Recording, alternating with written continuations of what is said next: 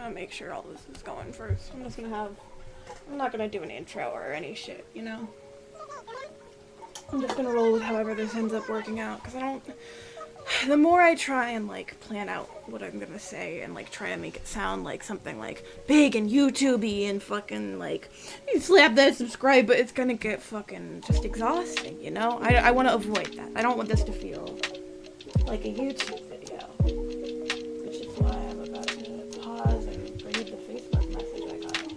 I'm not talking about it like a YouTube video. It's not a YouTube video, we're just chilling. I should let you know what we are doing. So, hi, it's me, and it's you, who's ever watching this. Be it someone you know I know, or maybe I don't know. Maybe you're just watching this for the first time because this video format fucking, I don't know, actually works or some shit. People end up liking this. Maybe you're just seeing this because it's Among Us. I don't know. I just got another Facebook message. Hi, it's me, it's Reese. Welcome to Reese's Pieces. We're doing a piece. I'll take you. I mean, the whole point of this video essentially is to take you, the listener, behind the scenes. I'm not even gonna call you anything. It's just you. You're you. Hi, you.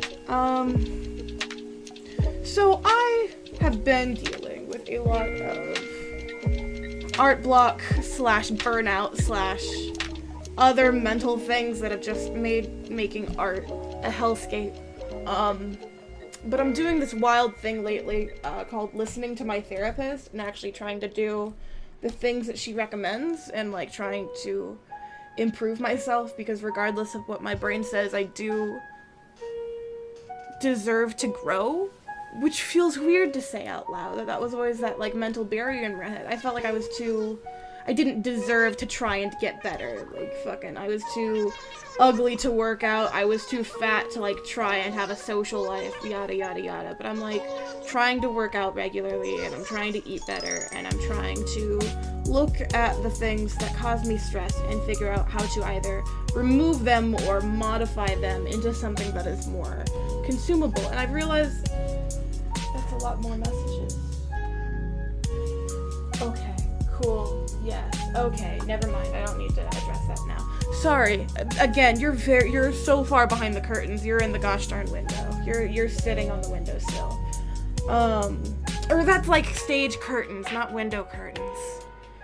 You're bothering the text right now. You're touching the prop table, and the stage manager is about to rip your head off. You're so behind the curtains right now. Where was I? Little stresses. I had a lot of, like, little stresses and little fears built up that I just had. They were so, like, small, I wasn't even registering them as stresses. I was just like, oh, this is just a thing that sucks. And there were so many of those little things I just kind of accepted that was how life was. This has already gotten so much heavier than I wanted. I've been dealing with little stresses. That was the point of that little tangent. And I've kind of noticed, I noticed through, I have a kind of art that I do that is separate from the art that you see on my YouTube channel and Twitter and Instagram, and I do it under a different name, and I only really make jokes about it when I'm drunk or around people who I make those kinds of jokes around. And I've noticed that any time these days I tried to start doing that kind of art, I would just have a massive, like, panic attack / meltdown. I wouldn't be able to draw for, like, 2-3 days afterwards, and I was always so angry and just miserable. And, like, finally in talking to a friend, I was like, oh, that's some kind of unresolved trauma, huh? That's not just, like, me not being good at this yet. This is definitely a trauma thing, right? And I was like, well, I don't really have the energy to deal with that right now, and I really need to get commissioned, so, like, maybe I'll just fucking partake in some legal substances in my place of residence and participate only in completely legal activities. And because that's normally what I do when I'm stressed. I'm like, okay, I need to relax, get myself into a good headspace, and then I can, you know, step back far away from this to resolve the problem. Which is kind of how I've been dealing with my like, depressive meltdowns as of late, is just, you know, use that to take a breather, take a step back, and then once I've stepped back, figure out a rational, clean way of addressing whatever is stressing me out. And for the most part, it works really well. I mean, and it's like I'm pursuing medical and, you know, seeing my therapist and working with my doctor to get me on meds that'll work, but I'm on a cooldown period from the last mood stabilizer I tried, and I have to like wait for it to be completely out of my system before we can try a different one. So, you know, it's just these little things that I found to help myself cope until there are other things to help me cope, you know? And it's something that I'm actively working towards, so it's not like a bad thing. I always feel the need to justify that, you know? It's like, people shouldn't really give a shit. Like, I know that can lead to unhealthy things, and I think that's why I'm so paranoid about people assuming. Oh, no, I'm so paranoid about people assuming that that's what it is because I'm paranoid about it becoming that's what it is. But on the other hand, like, being hyper-vigilant of that, I think helps me keep it at a healthy level, you know? That was another really bad tangent. I started partaking in legal substances to help me with my other kind of art that I was having a bit of a larger panic attack about. But then as I was doing that and it started working really well, I was like, oh shoot, you know? I kind of have that anxiety around YouTube videos as well. Like, the process of recording them and then recording the audio is really what fucking gets me. I get so stressed recording the audio. And no matter what I do, I always hate the end result. Like, if I script it, I don't script it, I make little bullet points. I'm always unhappy with the end result. And I was like, well, shit. This worked so well for the last challenge. I might as well, you know, fucking try it with this. And initially it was just, you know, get relaxed. I don't think I can talk. I can't say that on YouTube, can I? I don't think I can. And also, you know, deniability and all that shit. I'm so fucking paranoid about everything. Jesus. I really was just a teacher's pet as a child, and my fall from grace has left me perpetually paranoid that everyone else around me is like that. Because that's how I used to be. I never put that together. Where was I? On the tangent. Initially I was just gonna be recording my fucking, voice after the fact, like I normally did with Speedpaint, where I record the whole thing, and then I record the voiceover in Audacity, and then I edit it all together in, DaVinci Resolved. That's so fucking funny, holy shit, DaVinci Resolved! Oh my god! Holy shit, I need to text that to somebody. I'm gonna text that to somebody later. I've struck comedy gold there. You heard comedy gold being made in real time, and you're so fucking welcome for that experience. But as I was, like, setting up to start recording the actual Speedpaint, like, I'm drawing right now. I don't think I made that clear earlier. Right now I'm doing the line art. At this point in the Speedpaint, it's probably zipped way forward, because you're not gonna be seeing the full process, not sped up. Because this normally takes me, like, an hour, 2 hours, and you guys don't want a YouTube video that's that long. It's fucking crazy. I mean, like, the only thing that can do that is, like, stream highlights, and I don't feel like this would work as that. If you feel like this would work as that and would like to see the full messy-ass process of me making one of these stupid fucking videos, let me know. But, like, I'll probably just keep it to this sped up and then edited version. Probably. Who fucking knows what the future holds, man? This YouTube channel has changed so many times from what I first kind of conceptualized for it. I'm done making... His hairline sucks ass. Hold on. That made sense, right? I'm gonna stop asking if things make sense. I'm just gonna assume I'm getting paranoid. I need to chill out. Here's my Diet Coke. Ah, shit! Fuck! I threw my Diet Coke.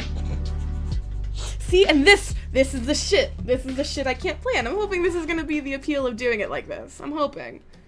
Either from your point of view or from mine. You get to kind of see just what I'm generally like as I'm working on shit. And I feel like that's a fun little take.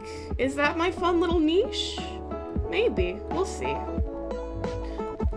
I'm doing Among Us. I'm doing an Among Us print.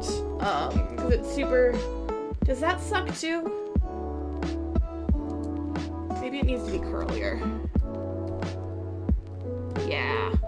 Curly's the way to go. But I just need to keep it following those lines. Like wavy. There he is.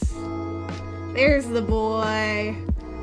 Among Us has been super popular lately, both just like people playing it and then also like people doing human versions. Well, not human versions, they're mostly human. But like, you know, making them into anime boys on TikTok. And I've been like, oh shit, I need in on that. So I figured I'd do a print, because that'd be pretty fun. His hairline's whack!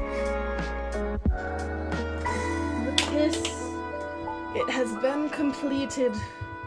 Hold up, I'm gonna get a solid little ASMR moment for you. I'm gonna crack open my Diet Coke right next to the mic. You ready? Fucking beautiful. That was probably way too loud. I'm so sorry. I shouldn't have done that right next to the mic. I lied to you too. It's not a Diet Coke. It's a Diet Sam's Cola. I don't have the money for name brand shit. I'm Great Value all the fucking way. Except for Cheez-Its. Cheez-Its name brand. Cheez-Its always name brand. I don't know why, but they hit so much different than Great Value does in a way that really no other Great Value products do. Fucking name brand Cheez-Its. That's the good shit. Like the white, hear me out, controversial take. I'm gonna start drawing again, but I'm gonna hit you with a controversial take. White cheddar Cheez-Its, great. Not as good as the original. Original Cheez-Its are better than any other flavor Cheez-It has put out. And I know they put out some fucking good flavors. Like I've had the Parmesan, I've had the white cheddar, I've had the Colby Jack, I've had the Pepper Jack, I've had the zesty bacon ranch with the grooves. Great. They don't make any like whiffs. All Cheez-Its are good. But no Cheez-It is as good as fucking the original. They have not topped the original, and I don't think they will either. Not because they're making bad flavors, but just because the original Cheez-It flavor is so fucking perfect. Like, it is just truly the greatest chip. I stand by this. I'll die on this hill. Cheddar, you gonna back me up?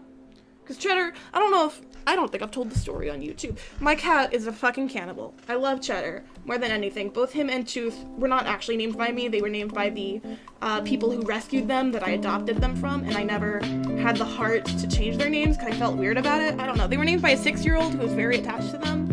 I think she was 6. She was like 6 to 8. I'm really bad at knowing and remembering the ages of children.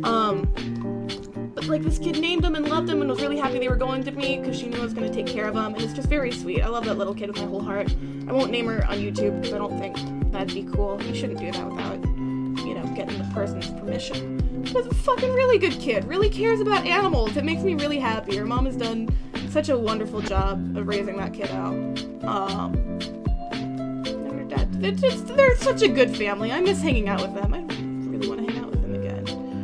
They were named by a child, and I didn't want to remove the child's name, so Cheddar and Tooth stuck, even though they're definitely a bit more generic than I would have gone with had I been able to choose the name. When I first was getting Cheddar, I was half considering changing his name to Schmedrick from The Last Unicorn. I thought that would be fun, And he's a little ginger, little nasty twink, so I was like, oh, it's fitting, it's Schmedrick. He's a little noodle boy. But his name has stayed Cheddar. On occasion, actually, most of the time, we just call him Bastard and Slut. But, he's a good boy. We love him very deeply, and he knows he is loved. He knows he is so very loved. But, he's a cannibal. He fucking loves cheddar cheese. Sharp, mild, white, loves it all. He loves any kind of cheese, actually. I don't think I've seen him turn down a single kind of cheese. But then he also... It started with, I gave him a Cheez-It as a joke, just to see what he would think, because he's always interested in my food, regardless of what it is. He'll always, come and investigate and give it a sniff, and then from there he'll make his decision. And then even then, if I have the same thing again, he'll still come and check it out and go through the same disgusted... He's very stupid. I love him very much. But, I gave him a Cheez-It as a joke, because I didn't think he was actually gonna like it, and he fucking loved it. So I kept giving him Cheez-Its because I thought it was cute. And now, another fun detail about Cheddar is that he has insane object permanence. Like, I didn't think cats were supposed to have that kind of object permanence, but he knows what the Cheez-It box looks like and will, scratch the shit out of it to get it open. Like, he has dug through cardboard to get at Cheez-Its before. So I did create a little bit of a Cheez-It fiend, and that's just kind of, my own hubris in life. That's, what I've deserved, what I've earned.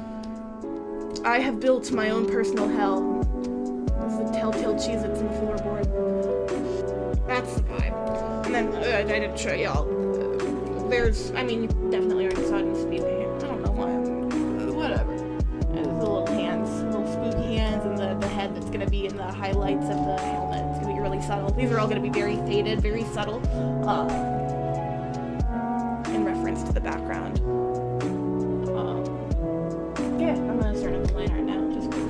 feeling pretty good about this sketch finally, now that I fixed the hair debacle. We're back. Ooh, too close. But yeah, I just got some very good vibes happening right now. It's raining. It's not even raining. It's very lightly sprinkling, so everything's just that beautiful, like, blue-gray. I've got some fall-themed lo-fi hip-hop beats playing while I talk to y'all. Just with music.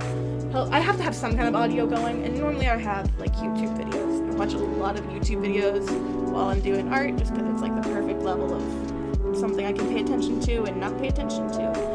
But it doesn't really work when I'm talking. So for that, I normally switch over to lo-fi hip-hop beats and or Nintendo music with rain ambience over it. Those are my go-tos, especially for like streaming. It's my jam. But I need to make it a little bigger. 6 is too small. So for this, I decided to do lo-fi.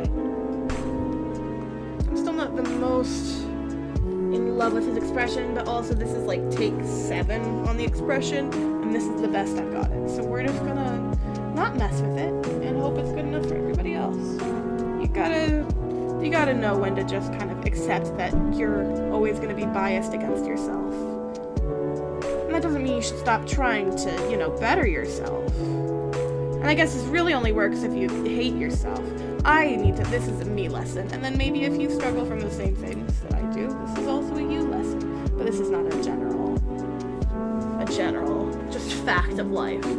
I am biased towards myself, or against myself. I think everything I do is shit, and I need to be more cognizant of that as I perceive the world, and take into account how that affects my perception of the things I do. My perception of the reality, while it's all I have, I do have to be more cognizant of my biases and how that is skewing how I see and remember situations. And that maybe I'm beating myself up for more than I need to because I have perceived the world in a way that no one else really perceives it. I'm in my brain, I am much more of a villain than I'm realizing everyone else views me. And it's hard to take that into account because it's like, it seems just like a fact, the sky is blue, roses are red, I'm a garbage man, I'm super fucking obnoxious and no one can stand to be around me, but then there's people who can stand to be around me, and it's hard to look at that and go, either they are wrong, or the very way I view the universe is wrong. And if that's the case, what else am I seeing wrong? Accepting yourself as a unreliable narrator opens up some fucking terrifying doors. Because then you have to wonder, what else am I not being able to tell correctly? You question everything. But I just have to kind of slowly accept that bias and learn that it doesn't necessarily mean that everything is falling down around me and I'm insane or whatever. Like, it's just something I have to take into account. Like, if your car's a little shitty driving in the rain because your tires are bad and they need to be replaced, and, like, you can't afford to replace those tires, it doesn't mean you can't drive, it just means you know that you need to be more conscious during those times, It lets you know what are going to be stumbling blocks for you and where to proceed with caution. And it's been making that difference in my head, that, like, acknowledgement that I'm allowed to accept a fault in my perception without it sending my whole, world crumbling. That's taken up a lot of, emotional energy. And it's slow work. And some days it's a lot easier than it is other days. But that's just, that's life as a whole. Everything's like that. It isn't just, me working on bettering myself that's like that. That's every day, every aspect. It's tough, but you gotta do it. It's like the dishes. You can't not wash them. At a certain point, you kind of have to either, buckle up, get your gloves on, and start scrubbing, or you gotta, maybe go buy some paper plates. But regardless, you gotta do something. And any step towards any one of those destinations is not only inevitable, but it's also worth celebrating. Like, you did it. This is something that you struggle with, and you managed to fucking overcome it. It doesn't matter that, like, other people can do it easily. You can't base yourself off of that shit, because, like, there are things that you can do easily that they can't. Does any of this make sense? I don't even know. Maybe I'm gonna listen back and this will be nonsense, but that's just, you know, these are the things that have been occupying my brain lately. This is just where I've been at. It's hard trying to better yourself.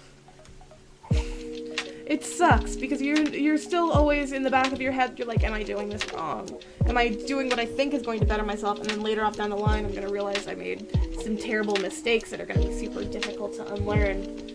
His chin is way too defined. The fuck was that? Captain Butt Chin. Like, there's one of my biggest challenges, in life as a whole is anything to do with social interaction. I'm constantly terrified in social situations. I know that's maybe surprising for some folks who have only seen me in very small doses. Small doses are a lot easier for me to manage. Not even necessarily like time span, but like overall how long I've known a person. I feel like I'm able to act like a normal human being for the first, say, you know, couple months of seeing somebody consistently, and then after that point, I feel like the face that I wear around them starts to crack, and it's not even an intentional face, it's like I don't have a face, and I have to always use one, but there's not actually one underneath that I'm hiding, it's just all I've got. But I feel like after somebody's around me, like, more than a month or two consistently, they start to, you know, realize that this face, this person that I'm wearing is a little uncanny valley, and the sooner they realize that and the more my facade starts crumbling, the more terrified I get to be around them. Because they can see that I'm nothing underneath, you know? And so when I get to that point where people start to not even that people start to realize that I get suspicious, that people start to realize that I am not put together or cool or funny, and that I'm actually just a very sad, very stressed out, very burnt out little man, I panic that they're gonna realize that there is nothing under the surface and they're gonna hate me. And my gut instinct when that happens is like, I know that they're better off without me, so I'll just go ahead and cut the cord and cut them out of my life so that they don't have to be the one to do all of the emotional energy of asking me to leave them alone. I try to do it for them because it just feels in my brain like the only like polite and kind thing to do. Like, this is an inevitable, and that it's morally correct for me to, you know, as kindly as I can, and trying to make it as clear as I can that it's nothing they did, to usher somebody out of my life, like to open the door for them before I even know that they're going out, essentially. And I've done this, I believe, with really every single relationship I've had, platonic or otherwise. And it's something that I've always been cognizant of it, but this has been the first time I've really tried, like, genuinely put in the emotional energy to trying to grow and stop it at the pass, you know? And I'm trying to go out of my way to, you know, initiate social interactions, because I'm always scared to ask for people's time and, you know, energy. And so I'm trying to go out of my way to initiate those experiences, because I know the more head-on I attack this problem, the more responsibility I'm taking for it, the more energy I'm actually putting into it, the faster I'm growing. But it's very hard, and it's very draining. And the more I do it, the more I learn about myself, but also just the more I get paranoid that maybe I'm wrong about what my, you know, social faults are, and it's the complete opposite, and I'm just screwing things up for myself even more.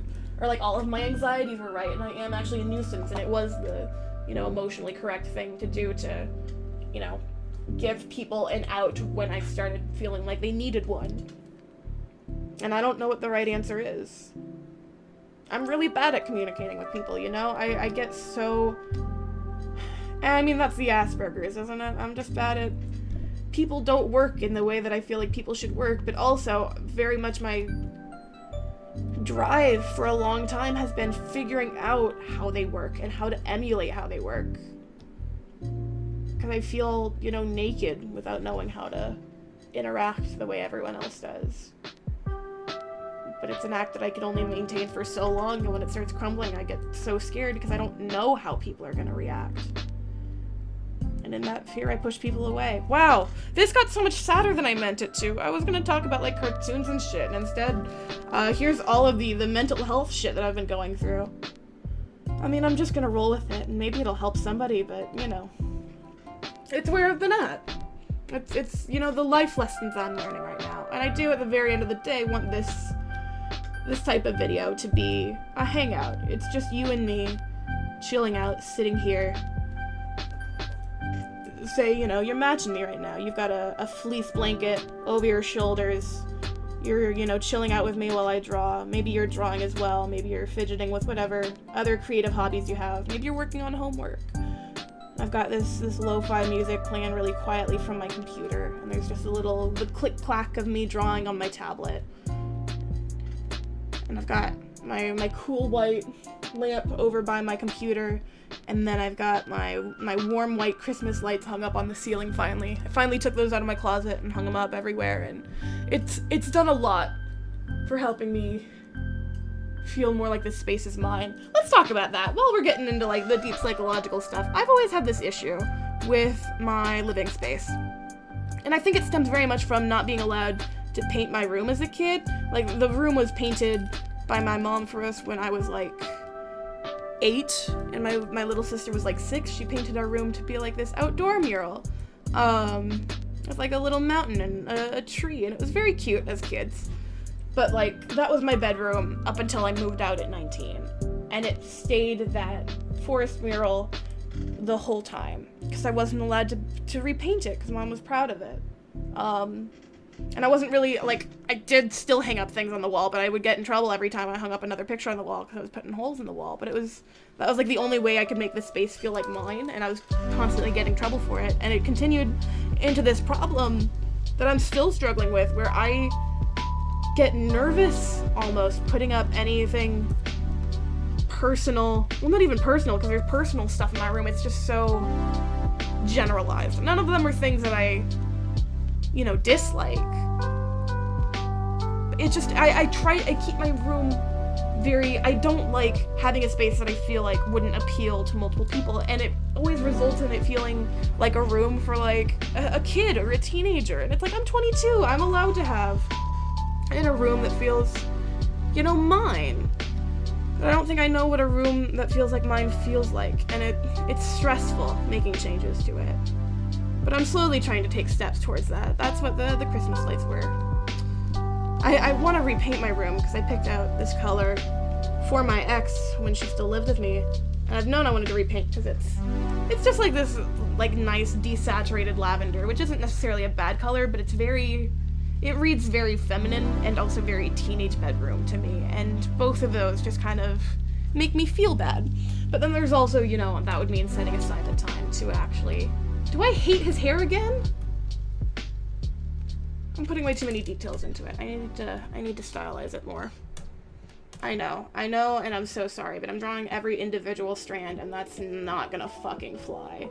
Coloring that would be a nightmare. Oh, coloring it would be a nightmare. No. Redoing the hair. One more time with feeling. Okay. Bigger swirls. Bigger, chunkier swirls. Little lines in them. Much easier to color.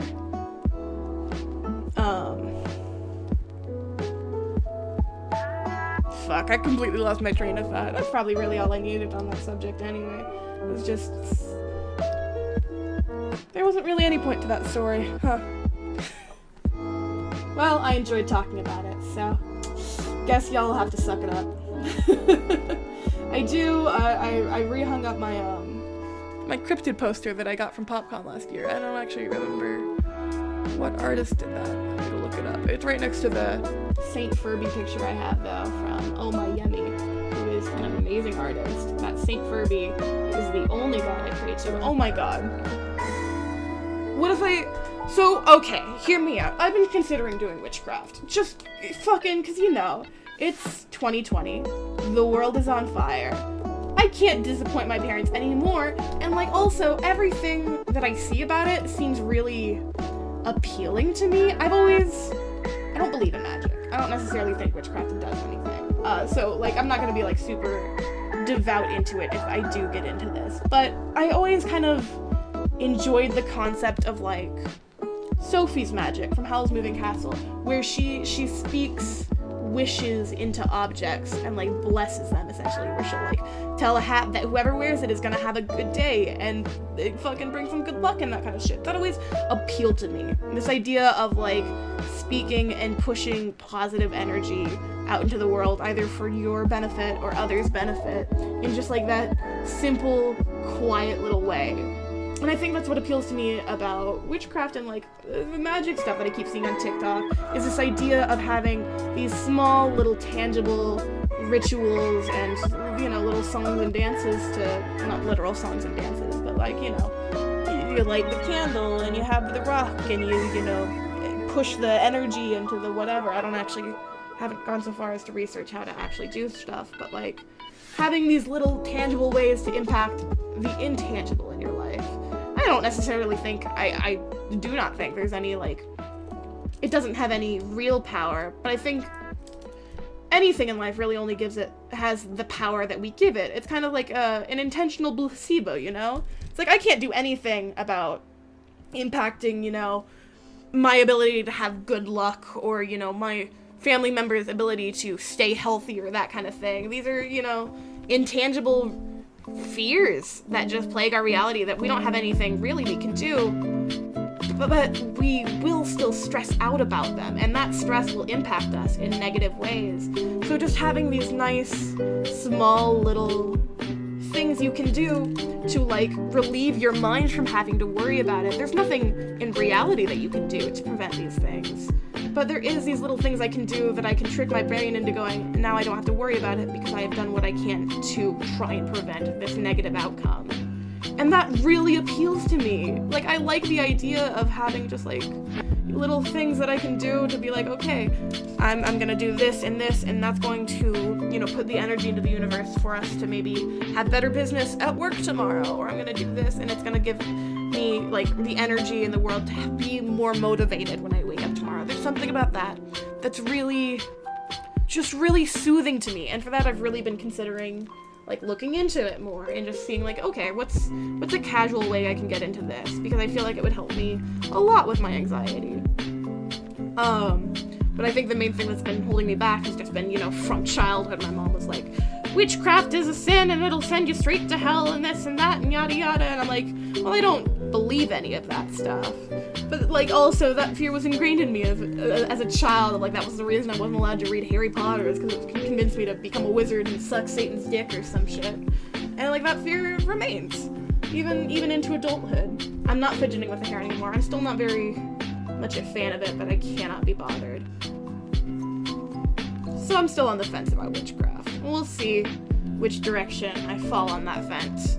I mean, I've already got the rocks and stuff from my great-grandmother. She was a geologist, and when she passed away, she left a bunch of rocks for all her grandkids and great-grandkids. So I still have her old rock collection that I got from her, along with a good handful of pieces that I bought myself, just because I've always, like, since I was a kid, I always thought rocks were cool. Like, chilling out in her little cabin in North Carolina and just seeing all of the rocks she'd collected with her wife was such a fucking cool thing in the moment that I definitely didn't appreciate enough. I appreciated it. I did not appreciate it, but looking back, I wish I would have spent my time differently with her, because, like, I was 6 or 7 when we were going out there. So, like, the parts I cared about was, like, the big old bubble wands she had, or the Girl Scout cookies that she kept, you know, in her cabinet for my parents, because Mom never let us actually buy Girl Scout cookies because she hated the Girl Scouts. So it was, like, the one time we would get Girl Scouts. And, like, you know, the little VHS player she had in her living room, and, like, sitting there watching it with her and her wife, or, like, going to the different, like, little arcades and like museums and shit with her, and I didn't, like, those were all great memories, but I wish I would have asked her to tell me more stories. Learning about her after she died as I was older, and realizing just what like a fascinating, I'm Australian all of a sudden, but like the fascinating life she lived. I wish I would have had